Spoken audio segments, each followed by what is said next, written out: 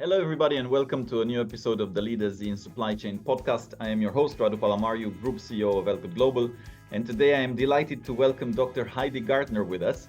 She is a sought-after advisor, keynote speaker, facilitator for organizations worldwide in a range of industries.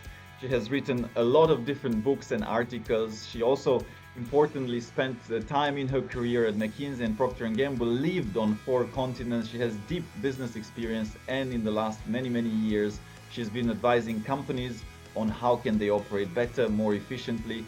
And her 2 perhaps most notable and best-selling books, and then one of them we will talk at length about today, Smarter Collaboration. This was launched and printed in 2022, as well as, well, it's actually 2 editions really, right? So it's the one in 2022 is a new approach to breaking down barriers and transforming work. And the edition in 2017 is How Professionals and Their Firms Succeed by Breaking Down Silos. So it is a sequel, it is a more in-depth work, and I am delighted to have Heidi with us to tell us more today. So Heidi, welcome, pleasure to have you. Well, thank you so much. I'm really excited to have this conversation. So maybe let's start first and foremost about yourself. Yeah, and you've had a great career. I like to ask people, what was your inflection points? What were those moments which made a flip, a difference? And what was the stories behind those moments in time? I think there were 2 major inflection points for me. The first was when I was quite young. I had been at Procter & Gamble straight out of university for only 3 years at the time. And my intention joining P&G was to have an international career. I was a Japanese major undergraduate at the University of Pennsylvania. I spoke German as well, and I thought this was going to unlock an opportunity to move around the world with this great organization, Procter & Gamble. And it turns out that the longer I stayed, even in 3 years, the harder it became to have an international career. They really wanted somebody to be, leading a country before they would send them on an expat package. And at age, whatever I was, 24, I think, I was way too impatient to wait another 20 years, another lifetime to live abroad and work abroad. I had some international experiences at that point, living in Japan, et cetera, but I was really desperate to dig in and live there for an extended period. So first inflection point, I left Procter & Gamble to take a Fulbright fellowship. And I applied for one in East Germany. It was no longer technically East Germany. It was a part of Germany, but it felt very much like the heritage East. And I lived in a small city called Dessau, kind of smack in the center of what had been the DDR.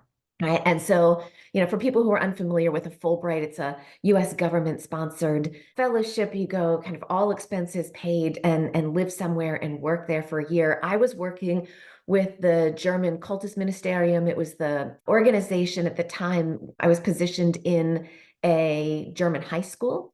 I was technically there to teach students English, but so many teachers there had quite limited exposure to English because they had previously been Russian teachers, that I ended up doing a lot of teacher training and kind of curriculum redesign and things as well. So it was, for somebody in their mid-20s, it was this incredible cultural experience, plus loads of responsibility. And I got to see firsthand not just a school system changing, but a whole society changing. It was fascinating. And that got me onto the path of living in Europe.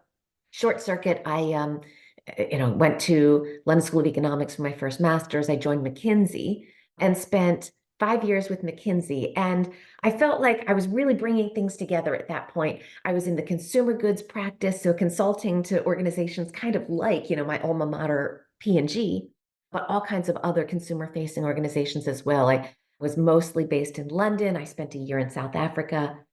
But it hit me, Radu, I'm telling you, this nagging question kept coming back to me. I kept seeing teams that were very comparable on the surface. They both had these team members who were highly diverse in terms of their professional backgrounds. We would have one who had a PhD in astrophysics and another one who was a concert pianist, and really diverse backgrounds on team A and team B. But team A was just crushing it. I mean, we would do really innovative work. We were really playing off each other's ideas. We were syncing well with the client. It was just this real energy and productivity. And team B, which should have been the same, on the surface, very, very, very similar, was just kind of meh, kind of ho-hum. Right? Yeah. And as a leader of both teams, I was like, what's the difference? What's the difference? And we were so busy solving our clients' problems that we didn't really introspect very much. I left, I did a PhD in organizational behavior. It was exactly the topic that I was studying in my PhD. Why are some teams so much more effective than others at harnessing the full complement of their members' expertise? And that led me to getting my PhD and academic career at Harvard. And from there, I've combined all of these different passions of mine, the impact consulting, making a real difference in organizations, with the hardcore empirical numbers-driven research in academia. And here I am today. That's fantastic. And maybe and yes, I didn't mention that, and I should have in your introduction. So you are also a distinguished fellow at Harvard Law School. You have been a professor at Harvard Business School. So clearly, sorry for that, and a very distinguished educational institution to be part of. Heidi, maybe now to narrow it. So you mentioned teams, but you very specifically narrowed it on collaboration, and this is clearly, and nobody will disagree that collaboration is important. Yeah, but you wrote 2 books. So maybe first question: how did you narrow it to this specific word? And then you also mentioned the silo part, right? Breaking down silos, breaking down barriers, transforming work. How did you narrow it to this label specifically when it came to teams? So, Radu, I'd like to believe that I practice what I preach. And I was out, just like anybody who's brilliant at collaboration needs to be, I was out listening.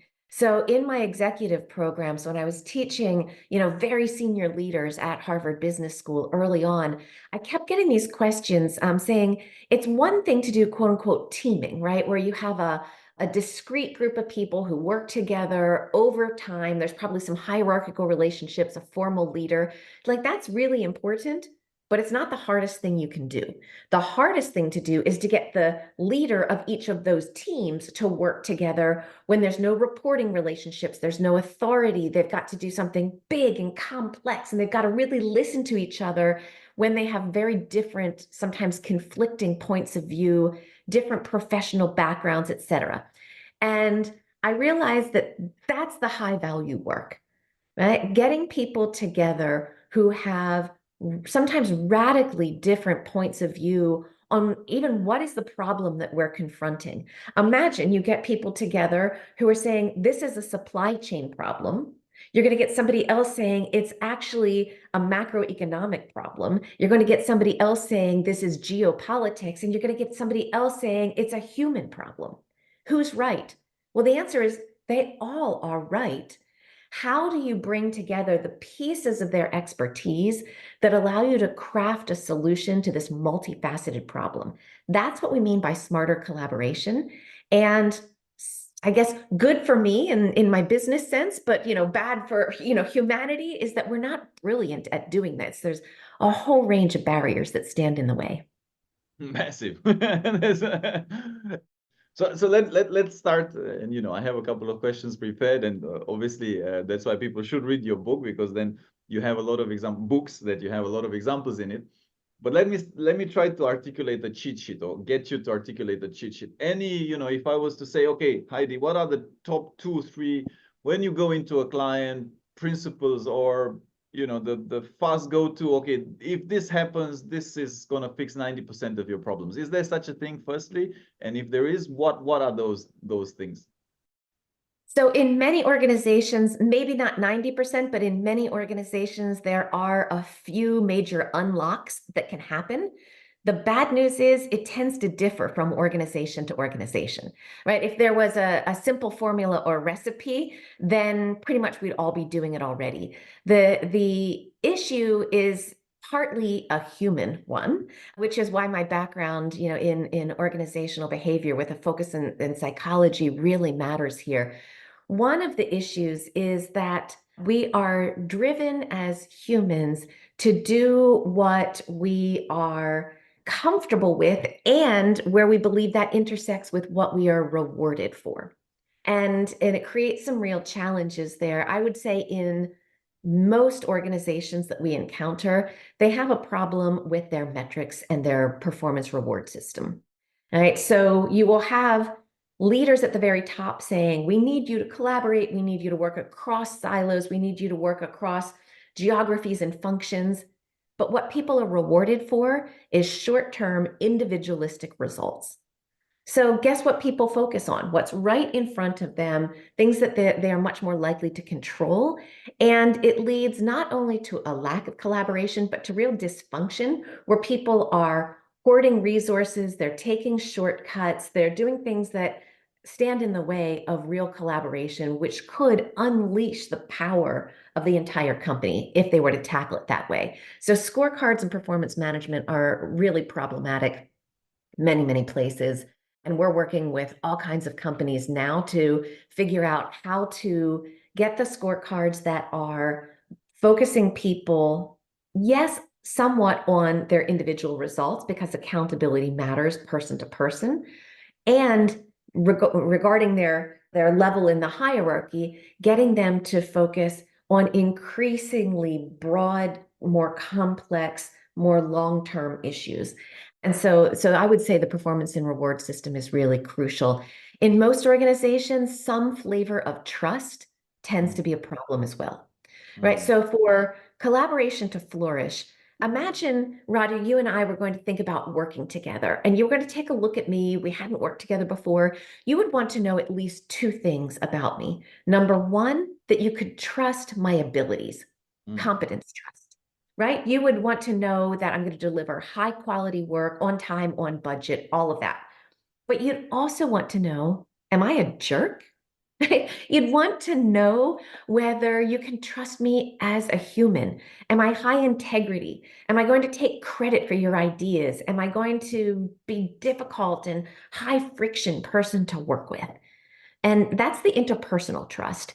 And in a lot of organizations, depending how those organizations have grown, depending on their ownership structure and a whole lot of other things, either competence trust or interpersonal trust is lacking to some degree.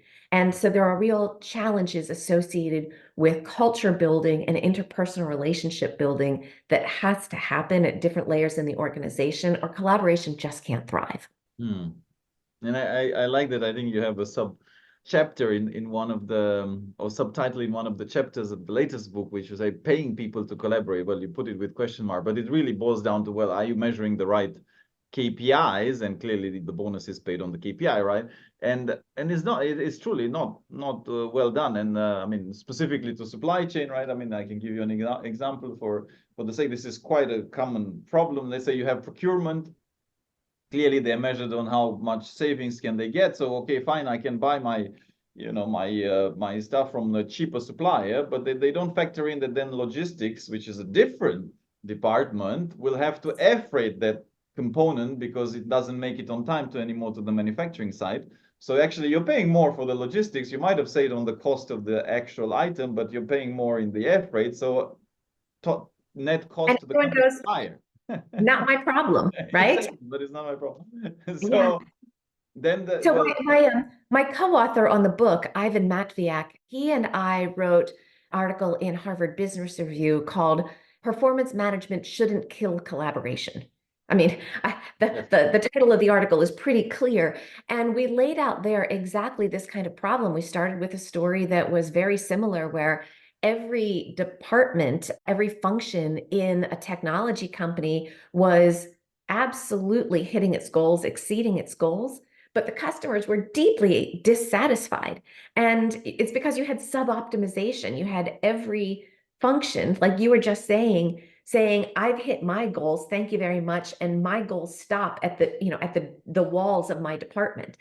And we need leaders who are much more forward thinking than that. And frankly, one of the reasons that we see organizations creating these very rigid scorecards, which are so clearly delineated by reporting lines, is that it's easier to manage, right? Highly quantitative KPIs that are within my people's control then it makes it much easier for me as the manager of that group to say, you're hitting this, you're not hitting this, boom, boom, boom. If I need to start working across, not just my supply chain, but not just my procurement, but my logistics counterparts, all of a sudden I need to exhibit real leadership. I need to be negotiating. I need to be collaborating. And that makes it much messier for me, and it makes it much harder. And frankly, as managers, most people would rather have something more clear cut, but it doesn't add up to what the whole company's trying to achieve. So the analogy that comes to mind is it's almost like you're trying to football team, let's say soccer team, and then you're measuring goalkeeper by how many saves, defenders tackles, midfielders passes, attackers shots on goal. Yeah, but that can lead you to lose every single one of your games because you're not measuring the ultimate KPI is, well, did you score one more goal than the opponent, right? I mean, that's basically 100%. you can It's optimize the really a function brilliant of each analogy. individual compartment. It's a brilliant analogy, Radu. And to push the analogy further, what often happens in the hiring process is somebody who's leading the process is a great defender, and they end up with a whole team of defenders. Right. And this mini me syndrome is really problematic because, you might have the opposing team not make any goals, but you're not going to make any yourself either. Right. And what we find, there's a natural human tendency in, across humans on this planet. The wonky psychological term is homophily. Right? Homophily is that natural tendency. I know it's not a word that most people use in day-to-day speech, but it's the natural human tendency for people to affiliate with others who they perceive to be their in-group. We like those people more. We instinctively trust them more. And there's lots of triggers, many of them subconscious, as to whether somebody's in our in-group or not. But that sense of homophily comes into play in stressful situations. And hiring is one of those stressful situations. The idea, subconsciously probably is, I'm doing extremely well here in my company. Why don't I hire somebody just like me? And they'll be successful too. And what we see then is very homogenous organizations, and they don't have the breadth of perspectives, the breadth of cultural backgrounds, the breadth of different profiles that are needed to really bring the collaborative possibilities to life.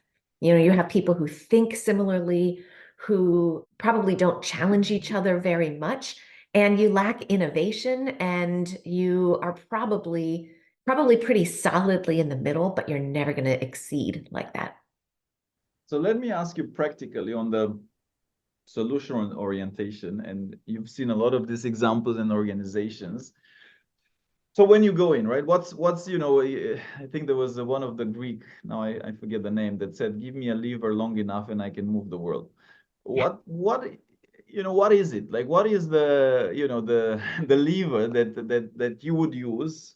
Because yeah, I Yeah. mean, KPIs exist for a reason. You're gonna have resistance to change. You're gonna have all the stakeholders that will try to protect their own kingdoms. So let's talk concrete. How do you get that lever? What is it? And maybe you even give us an example of a recent intervention, not necessarily naming the company, right? Yeah. Where yeah. Well, so we first start with a diagnostic. We don't want to make any assumptions, and we know that every company, their culture, their growth trajectory, their leadership, those things make a big difference in terms of what's actually standing in the way. So we have a short and sharp diagnostic methodology that allows us to pinpoint, triangulating from a number of different perspectives, what's actually standing in the way. I will tell you, Radu, that when we talk to the CEO at first, or division president, they always have a hypothesis, oftentimes several hypotheses about what's going wrong. They're usually partially right, but they're missing a lot, right? Leaders, by dint of the power that they hold and a whole number of other factors, they don't understand what is truly standing in the way of collaboration at several layers down, where this has to happen day in and day out. So we go in and do a short and sharp diagnostic. In one organization that we are working with right now, it is a private equity backed company. It was part of a roll up play. The PE firm kind of smashed together 8 different companies, all in slightly adjacent areas. And what we are working on with them is sort of multifold. One is some deep interventions with the leadership team, working very sort of hands-on with their leadership team, helping them understand what's standing in the way of their effectiveness as leaders. Why is it that they're having such a struggle articulating the strategy of the organization in ways that the people, one layer down from them, and for that next group that we are working with, one layer down from them, et cetera, et cetera. Why is it that they're struggling so much to help each of those people figure out how the work that they do contributes? So we have a number of tools that we use then after we understand where the issues are. In this case, it would partly a leadership and strategy articulation issue. So we have some tools that we use then, Radu, to embed the right behaviors. One of them is the Smarter Collaboration 360. So people solicit in a very short, with a very short instrument. It takes maybe 12 or 15 minutes for somebody to complete. They solicit feedback from a range of stakeholders, helping them understand how it is to work with them. Do people perceive them being open to novel inputs? Do they interrupt people? Do they show up as trustworthy? Kind of what are the signals that they're sending that people can count on them? And the real fundamental competencies that are necessary to thrive as somebody who's highly collaborative. So it's a tool that we use to help kind of hold a mirror up to leaders and lots of people in the organization and give them the feedback that they need that's often lacking. And we have some other tools that we use that help leaders understand and track the kinds of progress that they're making. So empirical pulse surveys that show these trend lines and where the hot spots are. We have a number of different solutions for hiring, for example, that help people figure out when they are bringing in a new leader, are those people going to really embrace this idea of working across silos? And so depending what we turn up in the diagnostic and where the problems are, our recommendations differ, but we're working really hard to create these scalable solutions so that even after we're in there doing the consulting, what we leave behind is enablement for the leaders to continue this journey. Mm. No, but that's super. And I want to double click on the hiring. And I think in the book you also mentioned specifically hiring and M&As. And I think both are, well, one interlinked clearly and two both driven by people. My business is hiring. And I'd like to perhaps go a little bit deeper specifically in that and maybe some examples on how you applied it, what suggestions you gave to maybe again, one or two examples and what was the outcome. Yeah, absolutely. So we're working with a tech company right now, very high growth tech company, and they have data of their own to demonstrate that their best salespeople engage in exactly the smarter collaboration behaviors that we've been talking about. So we have in some ways kind of grown up with this tech company. We worked with the founder when they were, in the dozens of employees. Now they are, many, many, many hundreds, pushing thousands of employees. And so they were, I think, clever enough to embed the smarter collaboration principles as they grew. And they know that their best salespeople behave exactly like this. They're collaborative not only with each other, but especially with their customers to co-create and craft these solutions. And so they asked us, how do we find more people like that?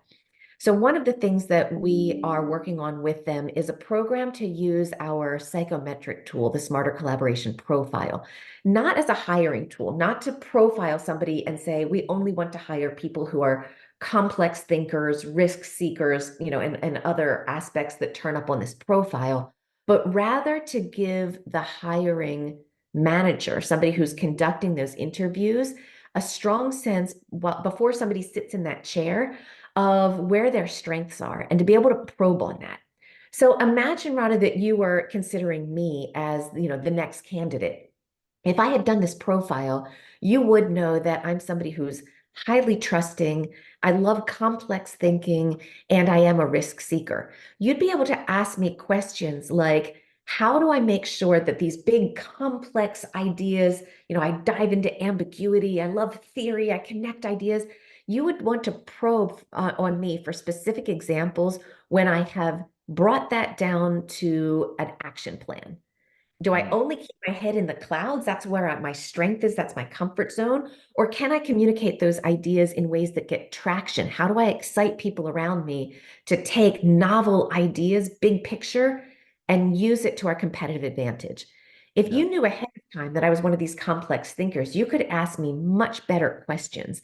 And that ability to translate complexity into concreteness, or the opposite, for a concrete thinker to be able to rise up, out of the trees and see the forest and seek opportunities, being able to move in either direction is absolutely crucial for smarter collaboration. But if you don't know where I sit on that particular dimension, you're not going to ask me the right questions, right? Mm. And you're not going to probe for examples and behaviors of when I'm able to take what comes naturally to me and use it as a strength, but make sure that I don't overplay that dimension such that I become trapped and become kind of the one trick pony. Right. So that's an example in hiring of how we can use data like this ahead of time to be able to ask better questions and probe people's collaborative capabilities. How about M&As? There, I mean, okay, one person hiring, fine. You're getting a company. That's a lot of people. How do you, because this needs to be done at culture level, yeah? It absolutely does. It absolutely does. So, one of the ways that we can work across kind of heritage companies, right? When you're talking about bringing together these different legacy companies, one of the things that we know has to happen is that people need to break down those mental in groups. I'm with her, but I'm against him, right? People need to break that down very quickly. And the sooner that people begin understanding that they have a shared goal and who they can reach out to in the other parts of the organization that will allow them to get their work done in a higher quality way faster, the sooner that happens, the better. Right? And so we can kind of engineer some of that serendipity. We can find ways to help people think very tactically about what it is that they're trying to accomplish, how that fits into the bigger picture, and then create opportunities for them to engage in real work with those individuals. And that's what really matters. A lot of times you have these, I mean, they're meant to be culture building or whatever, but they actually end up being kind of fake, right? You're, Mm. you're not working on real work. People see them as kind of fluffy and fun, but then they get back to the real work and life goes on as per normal. What we need to do is find those ways to get people engaging on real work together so that they see the results. They start small, they almost audition each other. Can I trust you in terms of your competence? Can I trust you in terms of your character? And build that out and create the machine that multiplies that trust building very, very quickly and deeply. Mm. You also speak about troubleshooting collaboration challenges, and I'll pick one that jumps at me. You mentioned about pressure in the book. You mentioned about pressure undermines collaboration. What comes to my head is that yes, it kind of makes sense to a certain extent. I look at in our team some of the best moments when pressure was there and we had to deliver a big project. Actually, we have to deliver something next week. We're just coming together and there's a lot of pressure, but I think it's kind of what made us stronger as teams and so on. Maybe fundamentals were there in place. You can argue that collaboration was already there. Love to, however, find out more from you. What's the context that you created that whole segment in the book and what you mean by it? Absolutely. So one thing to think about is there's a real difference between time pressure and what we call performance pressure. Everyone knows what time pressure is, but performance pressure is when you're working on something that's really high stakes. There are people who are counting on you. The outcome has serious consequences associated with success or failure. And that kind of pressure actually drives people, ironically, to become more insular. In many cases, people will keep their head down and they will do what they know has worked in the past. They become oftentimes quite risk averse. And the irony is that it's exactly in those moments you're under performance pressure because this is, maybe it's a big threat, but it's also a big opportunity. It's a moment of change.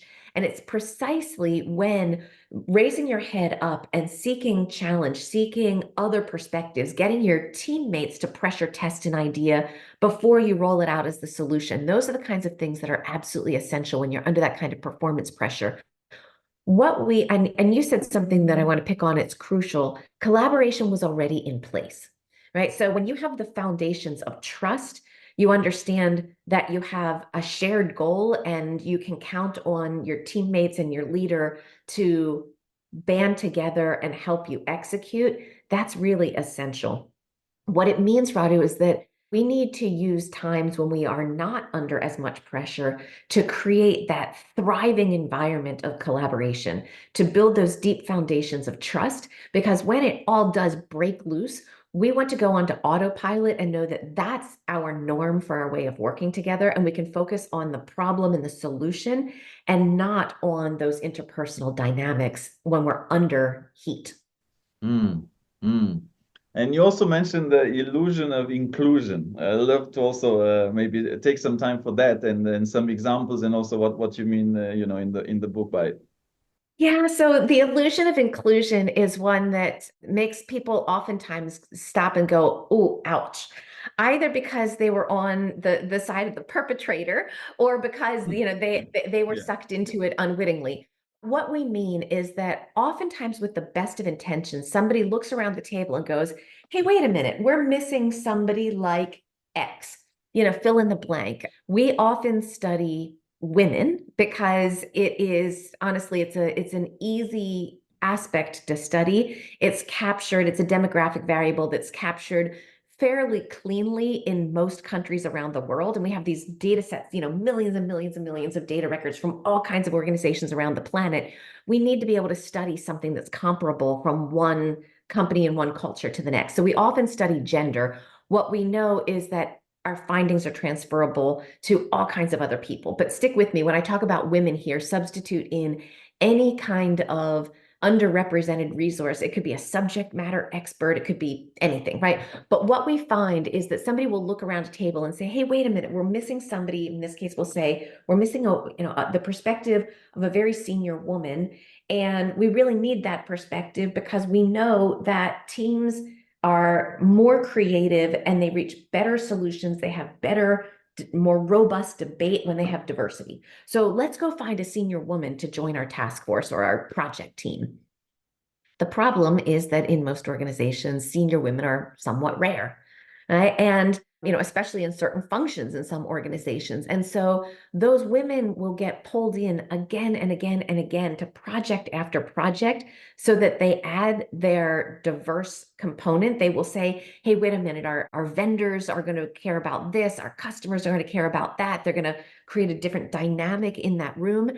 And when they are spread so thinly across so many different teams and projects, they can't contribute to their fullest. And the very reason that people wanted them on the team gets undermined. Want them on the team so that they can bring this challenge and this debate and this different perspective. And if they're only there 1 out of 5 meetings, it's really hard for them to add their fullest. That's why, it's inclusion, but it's kind of illusory. It's an illusion of inclusion because you're not really including them. You are treating them more like ticking the box. We should have that perspective here, but you're not getting the value of that person. Yes. Final question from me, Heidi. For all the younger people listening to this, what would be 1 or 2 pieces of advice as they build their careers that helped you the most, perhaps? Ah, First of all, I would say find something you're passionate about. Right? For me, this idea of helping to create and be part of systemic change in a positive way has been something that's driven me for a long time.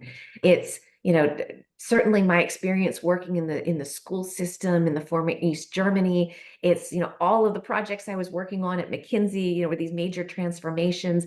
Now, the research I do at Harvard University, both the business school and the law school, my private work, I can bring this passion to life. And what really jazzes me up is, not just making money for companies, because we can demonstrate empirically again and again and again that operating this way creates more value for customers and companies and so forth. But what jazzes me up is the idea that people thrive this way, right? Every individual gets to play to their strengths. And when you can create that for yourself and play to your strengths and bring your passion to it, almost anything is possible. The flip side of that as well, my second piece of advice for up and comers is to find ways that you can use your passion to create something distinctive, right? And you don't have to be the only person in the world doing this, but you do need to be able to explain to people why you're qualified to do this. Why should they trust you to create that kind of change?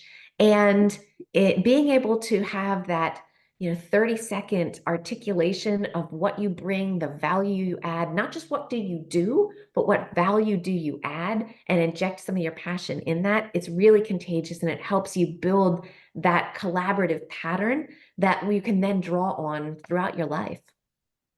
Okay, I said it's my last, but this is my last. How do you get that? And I'll pre-frame my question, Heidi. So we just had the Olympics, right? And I don't know, you have the best guy or girl who throws the sphere, right? And actually, somebody posted this on LinkedIn.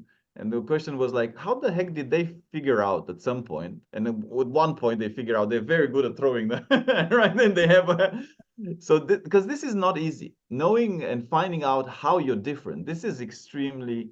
I don't know if it's extremely complicated. It takes a while, yeah. So Yes, maybe let's forget how do you do that. How did you do that? How did you figure out? Okay, this is my angle. This is how I'm special. This is it's about collaboration. What's your story? How did you find your I took chances, right? People, when I left Procter and Gamble, people told me I was completely bonkers. Why would you leave this well-paying job? You get great training, it's stable. Tick, tick, tick. And I was after a sense of adventure. I knew I was doing well there, but I wasn't passionate about it. I loved the company, I loved my boss, I loved my colleagues, but I needed the next thing. And I was both tactical and extremely fortunate to be able to choose my next adventure because they opened doors. They built on, what I had done previously to some degree, but they required me to really stretch in new directions, whether that was living in new countries, whether that was taking on new kinds of responsibilities. And so I didn't completely abandon what I had done before. I did build on it, but I took lots of opportunities to stretch myself. I mean, here I am, I'm in my mid-50s, I've done a lot already, and I'm helping to build a tech company. That's new for me, right? But it builds on everything I've done up until now because it is technology to harness all of this work we've done on smarter collaboration. And I think that that's what people do. My hunch is that an athlete who figures out ultimately that they are one of the world's best at throwing a javelin tried many different kinds of athletics in the past, and they probably built on their strength and their whatever else agility that it takes, and they built up and built up until they found the thing that they could really excel at. And that's how I'd encourage people to think about it, is not abandoning everything you've done. I didn't go from my past at Procter and Gamble to trying to be an Olympic gymnast, right? Would not have been much of a build there.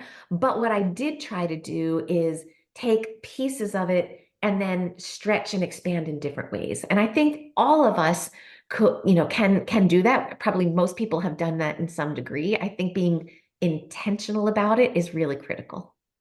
Super. No, I love it. Well, Heidi, it's been a pleasure. Thanks for the great discussion and many examples and sharing.